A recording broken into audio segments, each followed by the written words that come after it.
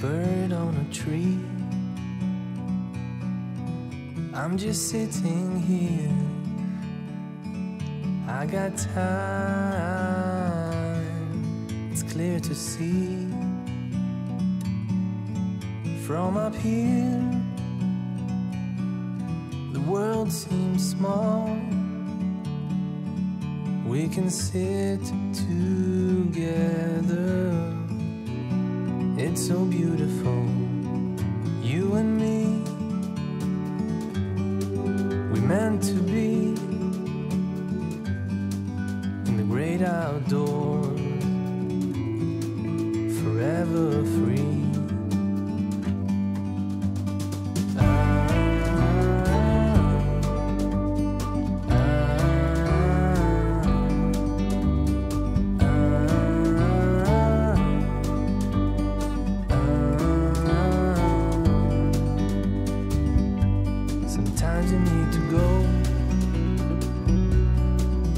Take a step back to see the truth around you. From a distance you can tell.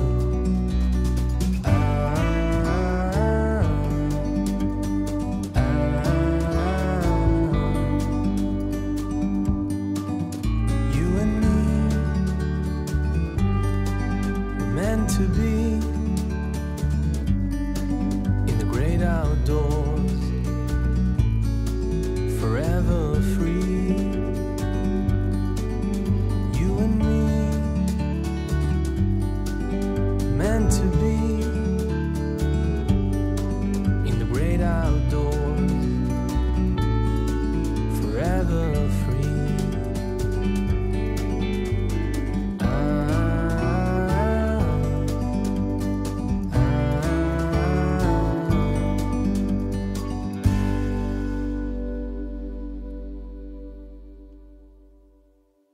그 가르침과 훈수를 지킬 수 없어서 눈 가리고 야옹 시집 제목을 구라가 아닌 정말이라고 못지란다.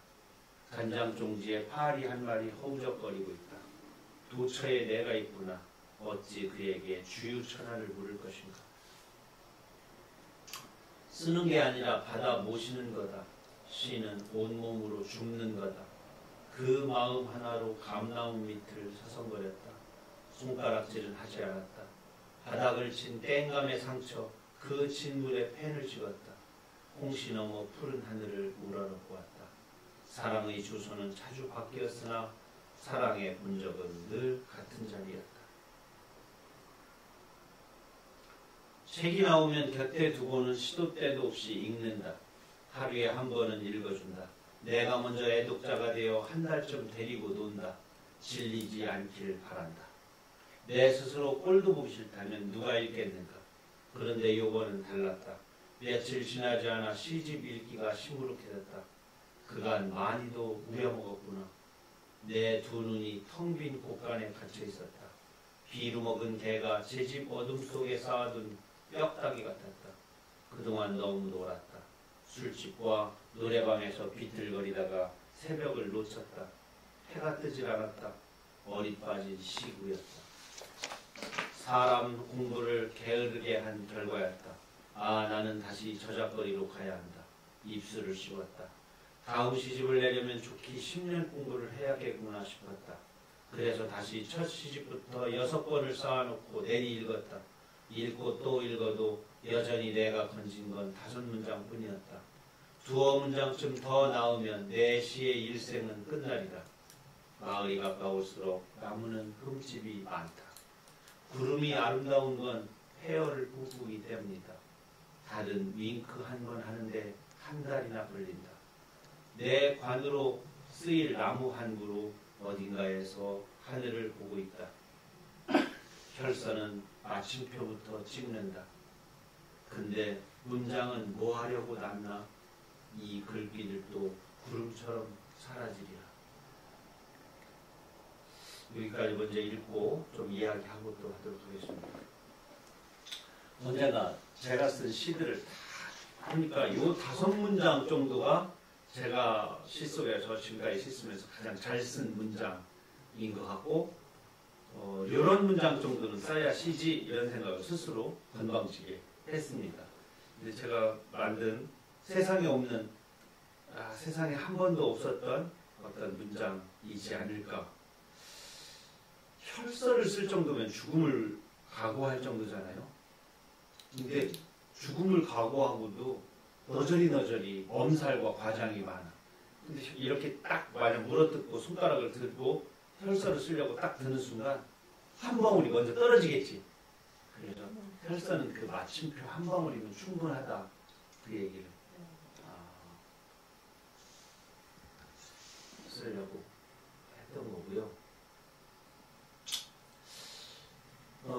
황석영 선생님이 여기 가야산에서 와서 집필실을 차려놓고 한 적이 있었고, 또 2003년에 돌아가신 우리 이문구 선생님도 한 돌아가시기 5년 전부터는 선생님하고 자주 뵙고, 또 선생님이 사주시는 음식도 먹고, 저는 또 제 모창, 남인수 이런 노래들 뽕짝을 좀 막 많이 불러드리고 그랬거든요. 근데 이제 그 전에도 처음 뵀을 때부터 정록 선생은 꼭 선생이라고 그러죠. 정록 선생은 소설을 좀 썼으면 좋겠다. 내가 그 말 듣고 내 소설 잘 쓰겠습니다. 이러지 않고 시 속에 소설 한 편을 어떻게든지 웅크려 넣겠습니다. 걱정하지 마십시오. 시가 소설이 뭐 더 시보다 더 나은 장난 아니잖아요. 그렇게 말을 했던 적이 있습니다. 지금 생각은 그러면 어떠냐면은, 저는 지금도 뭐 소설을 쓰는 사람은 아니고 동화 정도 쓰는데, 어떤 생각이나 이야기들은 어떤 장르를 가지고 태어난다 이런 생각을 하게 돼요. 이거는 도시다, 이건 시다, 이거는 산문이 좋겠는걸, 요 문장은 어떤 장르든지 간에 그냥 한 문장으로 들어갈 정도다.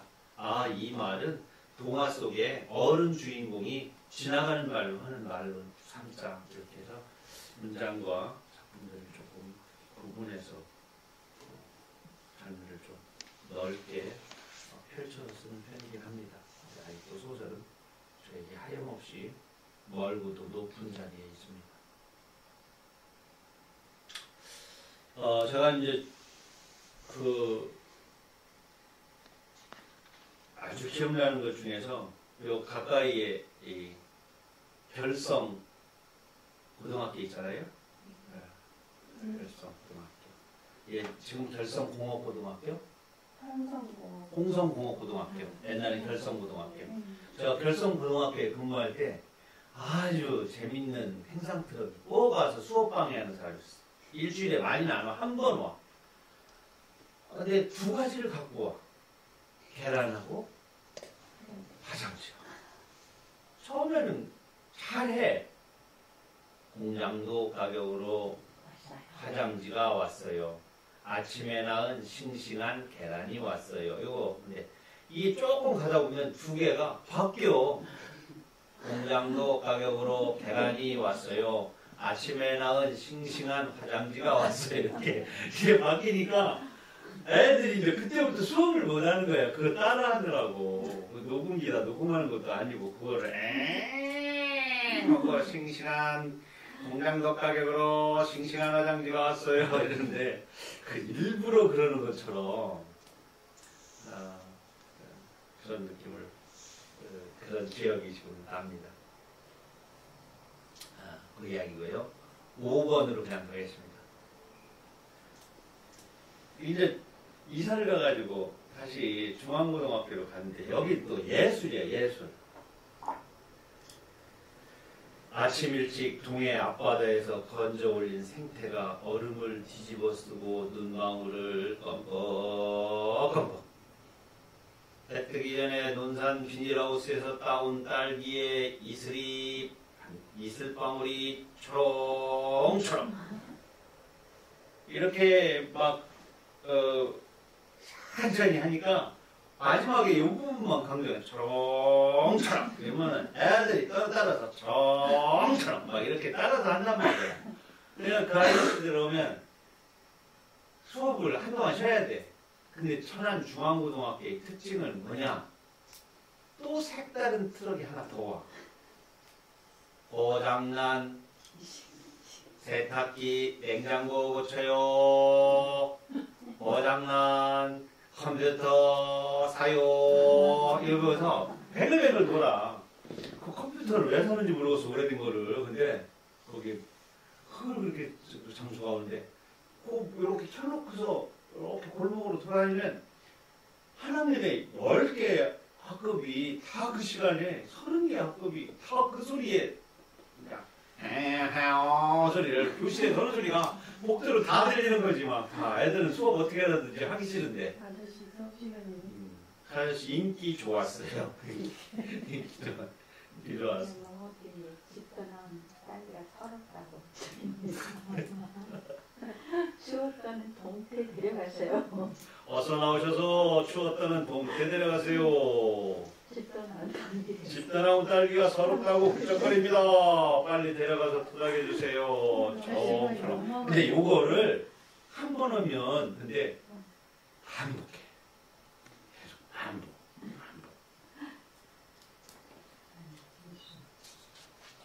근데 이것도 이제 제가 쓴 6번도 시를 쓴 건데요.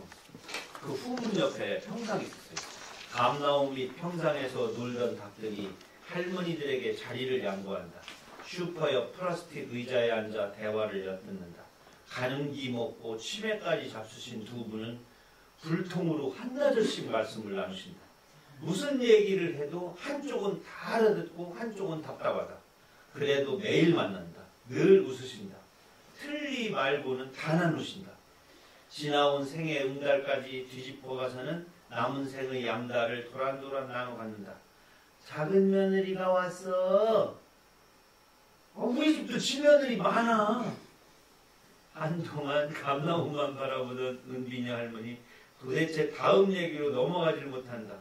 복창이 터져 땡감 두어 개가 바닥을 친다. 늙으면 죽어야 해요. 그려 늙으면 죽이 좋아. 목반지 할머니가 일부러 그러는 것은 아니건만 듣는 나도 안타깝다. 은빈이 할머니가 갈기손으로 곶감 같은 가슴을 친다. 매미도 울음을 멈춘다. 시집올 때 10살 남짓이었던 감나무 3년 내리 해거리다. 그나마 태풍에 남은 땡감을 다 내려놓았다. 홍시 볼 일 없겠어. 흉볼 생각 없어. 처음에는 입이었다가 그 다음엔 귀였다가 이제는 텅 빈 가슴이 된 동갑내기 감나무. 진물 솟아붙은 땡감의 눈싸위. 평상 끄트머리에 닭통 같은 도청기 하나. 감나무 이파리에 옥반지 할머니의 부초기를 반짝반짝 내려다본다. 이게 평상에 앉아가지고 두 분이 대화를 하는데 저는 이제 그 평상 옆에서 평화슈퍼에서 밥을 먹었거든요. 식당은 아닌데 점심만 이렇게 해주시는 한반집처럼 그랬는데 그 할머니들 대화하는 게 너무 재밌어. 이루 말할 수 없이. 그런데도 늘 같이 있어. 이런 내용 중에서 제가 가장 기억에 남는 거 세 개만 옮겨놨는데 그냥 가슴을 쳐. 가슴. 잘 들리는 사람은 가슴 치고 그것도 못 들리는 대로 또 꼭 대꾸를 해가지고 재밌게. 요번에 이거 봐요. 행상 트럭 이번에는 등대기 배대기에 이불료 깔고 덮고 소조기 발 배조기들 두 눈은 중천에 초롱초롱 좌로 우로 왔다리 갔다리 주둥이에 거품을 북적북적. 이걸 처음부터 끝까지 한다고 그러면 뭐 파는 행상인지 이거 알겠어? 뭐야? 꽃게? 꽃게요. 톱밥으로 꽃게를 잔뜩 덮어갖고 와가지고 등대기 배대기에 이불료를 깔고 덮고 소조기 8, 작은 다리가 8이고 큰 다리가 2이야. 대조기 2. 두 눈은 중천에 초롱초롱 좌로 우로 왔다리 갔다리 주둥이에 거품을 북적북적. 그러면 무슨 뭐 파는가 궁금해갖고 사람이 나와. 아, 뭐 파는지 궁금해서. 아, 꽃게네. 맞아. 이 살아있네. 북적북적 양치질 하고 있네. 뭐 이러면서. 헛밥꽃게는 살이 없더라고요. 아, 살이 없죠. 네. 지네들이 다 살을 발라먹고 하죠. 그러니까 막 여기까지 갖고 네. 이제 아, 그렇구나. 근데 수족관에는 걔도 다 파먹어서 어느 해인가 제가 그 꽃게를 언니한테 보냈더니 거기에 덤으로 새우 몇 개만 먹었대. 왜 속이 달팡 비었다고. 난 살을 다 파먹은 걸 모르고 샀더라고. 우리 예준 씨 8번부터 좀 읽어보세요. 꽃 중에 가장 예쁜 꽃이 무엇일까? 사람이 꽃보다 아름답다는 말을 보면 당연히 이야기꽃이 으뜸 꽃이겠다. 시에 이야기꽃을 피우고 싶었다. 감동을 준 평론 중에 최주석 시인의 이야기 시론이 있다. 내가 막 시의 인문에 눈 비비고 있을 때 백석, 유용하게 복잡한 시집들과 김용택, 고재룡, 곽재구 시인의 빛나는 이야기 시들이 병풍을 두르고 있었다. 나도 그 대열에 끼고 싶었다. 재미와 감동이 넘치는 시를 품고 싶었다. 이야기꽃은 겨울에 주로 피었다. 먼 데가 아니라 우리 집 안방에서. 우리 동네는 대마, 삼을 키우는 동네였다. 여름이면 무성하게 자란 삼 때문에 지름만 보였다. 삼배가 나오기까지는 고단한 일거리가 많았다. 특히 여인네들 물음이 성할 날 없었다. 드럼통에 비닐을 씌우고 삼을 쪄내서 냇물에 식힌 뒤 껍질을 벗길 때까지는 남자들이 거들었지만 실을 잡고 삼배를 짜는 일은 아낙네들의 몫이었다. 가을 거시가 끝나면 두런두런 방 안 가득 모여 앉아 삼촉으로 문지르고 앞니로 다듬어 실을 잡는데 그 방에는 늘 고구마와 동치미와 막걸리가 넘쳐났다. 그리고 빠질 수 없는 한 가지, 음담패설과 바지에만 한박 웃음이었다. 참 토마시가 있는 날이면 나는 옆방에 배 깔고 누워 종일 키득거리며 방학숙제를 했다. 옆방에 애가 공부하는디 그놈은 나중에 군형다들이 안 하나? 우리가 먼 돈이 있다고 조기 교육을 시키었어. 이럴 때 기 동량으로 배워둬야지. 그려 조기 교육은 꽁치한테 맡기자고. 자꾸 듣다 보니 우리 동네 어르신들의 거시기 크기며 색깔이며 애정 관계망이며 체위까지도 다 꿰게 되었는데 하나 알 수 없는 건 아버지였다. 어머니는 끝내 아버지에 대한 야설을 발설치 않으셨다. 방한 삼천리. 동네 아주머니들에 비하면 갓난 아이인 나애가 베네니를 가려고 잇몸이 가려고 혀를 알름거리는 요즘 아주머니들은 거의 돌아가시고 남은 분들도 가는 길을 먹고 틀릴 뿐이시니 그 많은 이야기들을 다시 더듬어낼 일이 아득하다. 무덤들은 입이 간지러워서 저리도 불룩하려니 절을 올리는 등짝 또한 이야기 보따리처럼 둥근하니 이야기 있는 곳으로 내 귀가 간다. 귓구멍이 어두운 것은 눈코 문드러진 이런저런 얘기들을 깜깜하게 잘 건물이란 뜻이 아니겠는가.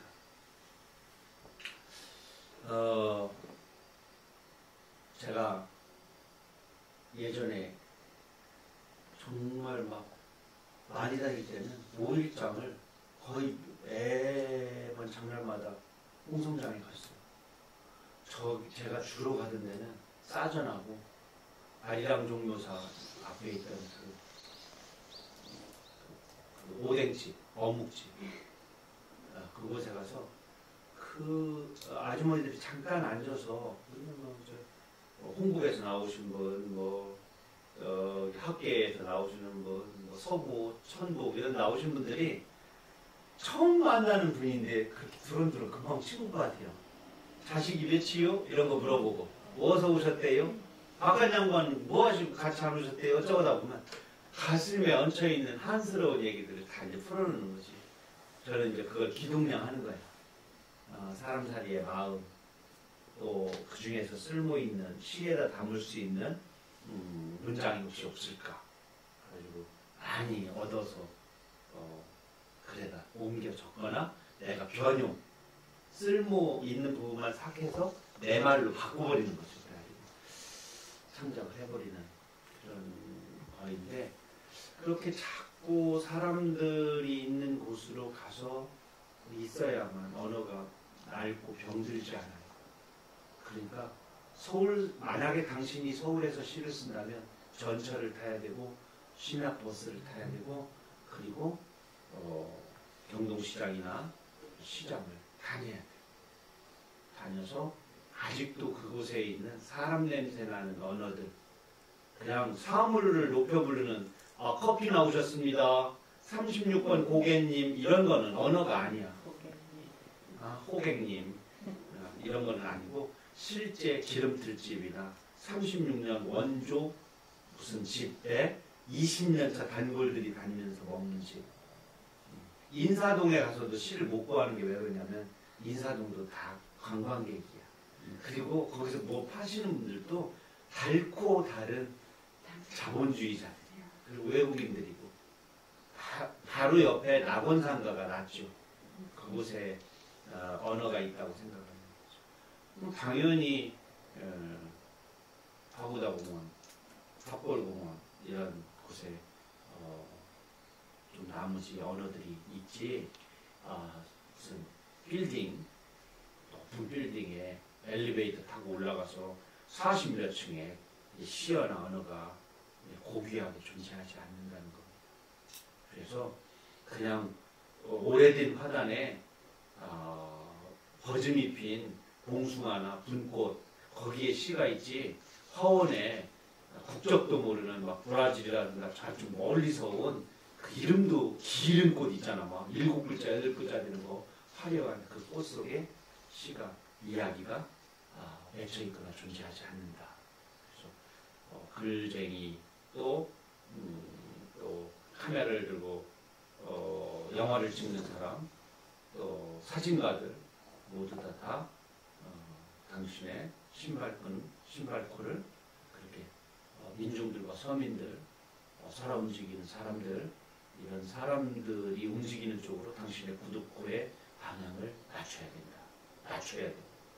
그래야만 고급진 언어도, 당신이 공부한, 유학 가서 공부하든 어디서 공부하든 그 고급진 언어도 생명력을 얻고 문장이 되고 또 작품이 된다 하는 생각을 저 개인적으로 하는데, 아까 그 임구 선생님 동시집 한 200편 정도, 220편인가 남기셨거든요. 동시를 동시 잘 쓰셔요. 소설가이신데 첫 번째 동시가 개구자기 산복인데, 산복이가 임구 선생님의 아들이에요. 딸 이름은 자숙이고, 자숙이 맞죠? 자숙이. 이름도 참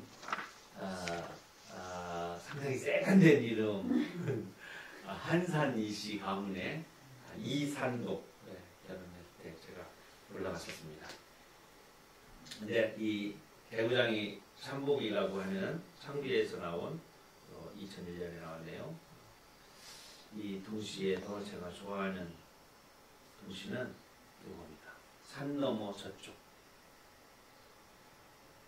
이렇게 주혜지 씨 남송 좀 해주세요. 이쁘게.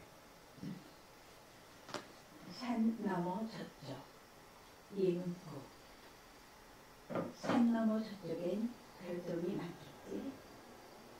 밤마다 서너 개씩 떨어졌으니. 산 너머 저쪽엔 바다가 있겠지. 너른의 은하수가 흘러갔으니. 동심이 아주 딱 보이죠? 네, 우리가 고등학교 때, 중학교 때 배운 7호조입니다. 7호조. 처음에는 66, 그 다음에 75, 66, 75로 되어 있지만 7호조라는 얘기는 삼음부조를 말하거든요. 네, 그런 형태를 가지고 있어요. 산 너머 저쪽엔 별똥이 많겠지. 밤마다 서너 개씩 떨어졌으니. 그래서 약간의 7호조의 변형 정도 보면 되는데, 이렇게 7호조의 변형 같은 경우는 가장 우리들 정서에 잘 맞는 리듬감을 줘요. 삼음보, 리듬감. 이걸 한 삼음보, 사음보, 삼음보, 사음보, 삼음보 이렇게 읽어도 되겠네요. 이렇게 산 넘어 저쪽, 산 넘어 저쪽으로 움직이는 별똥이 밤마다 서너 개씩 떨어진 것을 봤다는 얘기는 밤하늘을 이 아이가 계속 바라보고 있잖아요. 은하수를 보고 있잖아요. 이 아이는 밤에 잠을 안 자고 어딘가를 바라보고 있어. 산 너머 저쪽에 누군가가 있어서 그곳에서 누군가 따라오겠지. 근데 우리가 은하수는 영어로 밀크웨이라고 하죠? 밀크웨이? 젖줄. 하얀 우윳빛으로 있어서 은하수는 어머니를 연상시킨단 말이죠. 그래서 어머니가 멀리 가 계신가? 또 이렇게 어떤 외로움이나 기다림이 있는 아이구나. 이를테면 오빠 생각처럼 서울 가신 오빠는 장에 가신 아빠는 오시질 않고 그런 느낌을 매우 그 전통적인 서정성을 같이 갖고 있는 그런 이문구의 동시 하나 더 보겠습니다. 하나, 3개 보네요. 감자 읽어주세요. 감자, 이문구. 씨앗은 여물어야 싹이 트는데 감자는 반쪽씩 잘라 심어도 씨는마다 굵은 싹이 솟아오르고 어둡게 자랐어도 사이가 좋아. 캘 때는 온 식구가 따라 나온다. 좋죠. 씨앗은 여물어야 싹이 트는데 감자는 반쪽씩 잘라가지고 심어도 씨는마다 굵은 싹이 솟아오르고 어둡게 자랐어도 사이가 좋아서 땅속에서 어둡게 자랐잖아요. 땅속에 있으니까 사이가 좋아서 캘 때는 온 식구가 따라 나온다. 어떠한 이렇게 헤어짐이지. 반쪽 잘랐다는 얘기는 이렇게 헤어짐, 분단, 또 이별 그런 속에서도 또 지하 단칸방 막 이런 게 떠오르잖아요. 그런데도 감자가 동글동글 진짜 단단한 머리통으로 잘 여물어서 일가족이 되어서 희망 같은 거 비가 새는 단칸방에 그런 노래 있죠. 비가 새는 단칸방에 그거지? 그게 뭐죠 노래가? 새우잠을 너무 많이 들어봤는데 가사는 라랄라라 웃지 않더냐 새파랗게 젊다는 게 한이천인데 째째하게 굴지 말고 가슴을 쫙 펴라 내일은 해가 뜬다 내일은 해가 뜬다. 이 노래 음치입니다. 전 세계에 계시는 팬 여러분. 근데 이 감자 그런 느낌을 같이 왔어요. 옛날 아이들 좀 시들이 좀 고전적이긴 한데 아주 정제돼 있어요. 그지? 옛날 아이들 이문구. 옛날 아이들은 장난감이 귀해서 겨울이 가면 풀밭에서 놀았는데 풀물이 들고 꽃물이 들어서 깊고 기운 옷인데도 봄냄새가 났다나요? 옛날 아이들은 장난감이 귀해서 여름이 가면 감나무 밑에서 놀았는데 간물이 들고 흙물이 들어서 땀이 뺀 옷인데도 풋과일 냄새가 났다나요? 우리 어렸을 때 친구들 서로 이렇게 껴안으면 그때 냄새가 있었던 것 같아요. 꾀재지한 우리들끼리도 땀 냄새, 그런 냄새. 근데 서로가 같은 냄새여서 그렇게 싫지 않았던 것 같아요. 정수리 냄새 지금 뭐 좀 그러는데 뭐 무궁화표 그 비누로 일주일에 한 번 뭐 비누 감았지 뻐꽁거리에다 그게 뭐 깨끗했겠어. 발 뭐 추석 때 한 번 닦고 뭐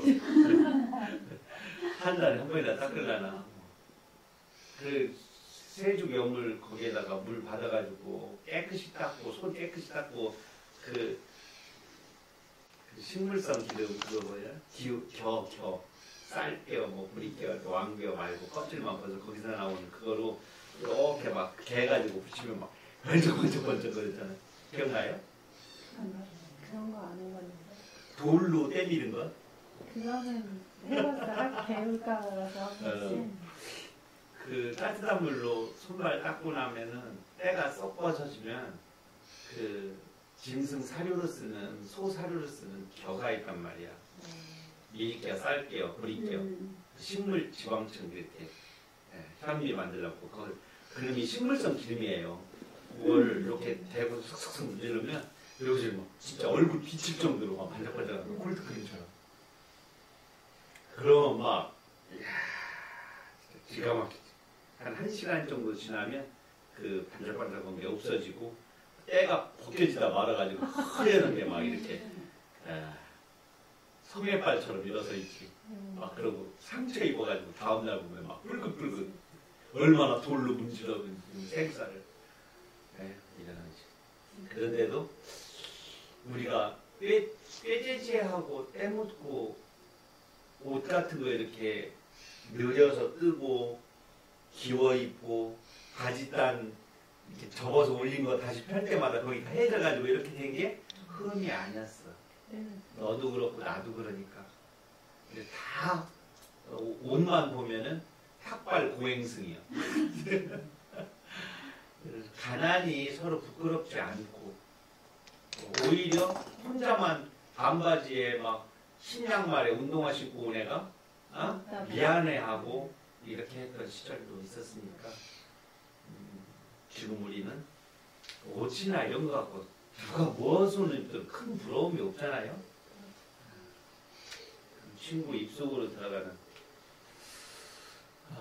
머리꼭 이런 거는 옛날에는 겨울이 정말 추웠어요. 옷으로 맨날 열고 내복에 겨바지에 막 동생들 맨날 막 그리고 이게 코 이렇게 코 옛날에 문을 이렇게 잡으면 손이 문고리에 붙었잖아요. 그러니까 그리고 저는 우리가 이런 얘기하기 좀 그렇지만 저녁 때 자리끼를 놓고 자잖아요. 물 그릇을 하나 대접 하나 넣고 이만한 그릇 넣으면 온 가족이 다 떠먹었잖아 밤에. 왜냐면 저녁에 밥 먹을 때 고추장하고 짠지하고 먹으니까 얼마나 소금을 많이 먹어. 그러니까 밤에 물을 먹는단 말이야. 그럼 그 물 그릇이 얼어 있었어. 코가 시렸어 잘 때. 그런데 이불을 뒤집어 쓰고 자는데 이불 안에 온 가족이 들어와서 그 가족끼리 그 체온으로 자자는데 우리 아버지들이 부지런한 우리 아버지들이 새벽 4시 5시 일어나면 세족을 쑤시잖아. 그럼 서서히 온돌이 따뜻해질 때 그 행복감 아버지는 그것으로서 가정의 권위를 충분히 누렸지. 이놈들 빨리 일어나서 학교 가야지 하고 나오면 세죽솥에 따뜻한 물 조금 이렇게 넣어놨던 거 그거 얼굴 대고 비비려고 그러면 여물 냄새가 났어.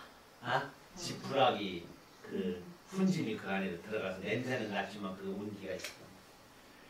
근데 안에서 닦는 게 아니고 바깥에서 닦으니까 아유 수건 앞에 사람이 쓰고 걸어놓고 그러면 마지막 사람 걸을 때 이렇게 얼굴 문지르면 고드름으로 문지르잖아.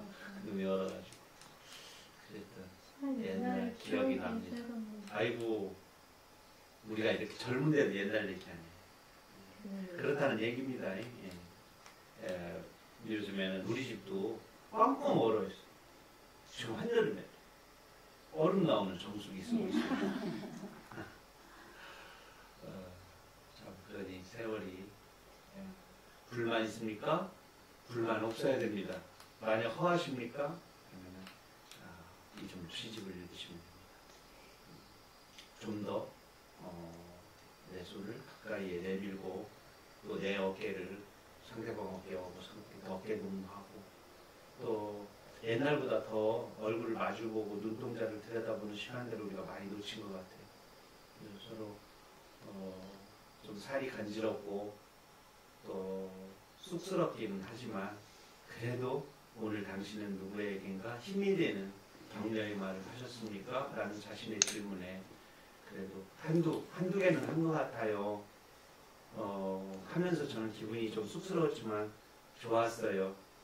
혹시 오늘 또 누구를 헐뜯고 또 비아냥거리는데 나는 나의 에너지를 쓴 건 아닌가 되돌아보면서 지금 이 순간 우리가 겪어나가면서 생겨나는 결핍을 스스로 채우고 또 그 결핍이 정치적인 것이고 사회적인 거라면 연대해서 또 힘을 내서 또 그걸 채우는 싸움이나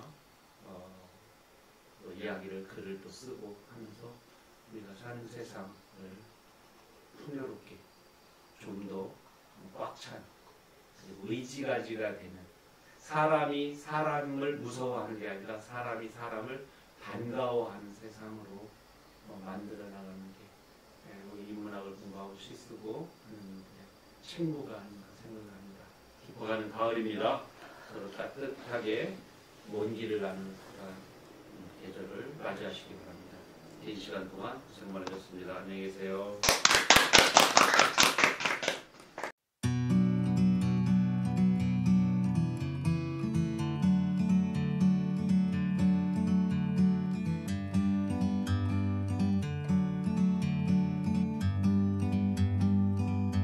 Like a bird on a tree,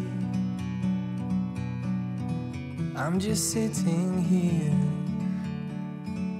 I got time, it's clear to see. From up here,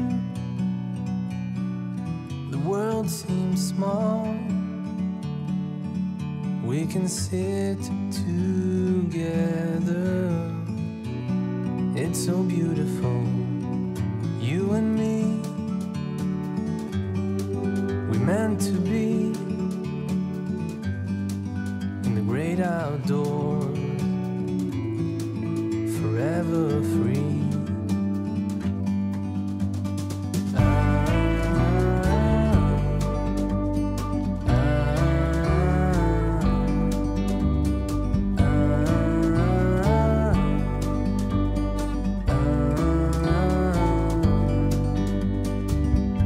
Sometimes you need to go and take a step back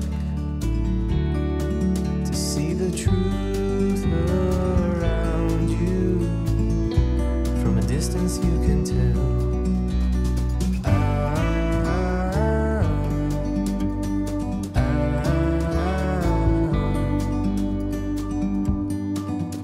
You and me were meant to be in the great outdoors, forever free. You and me meant to be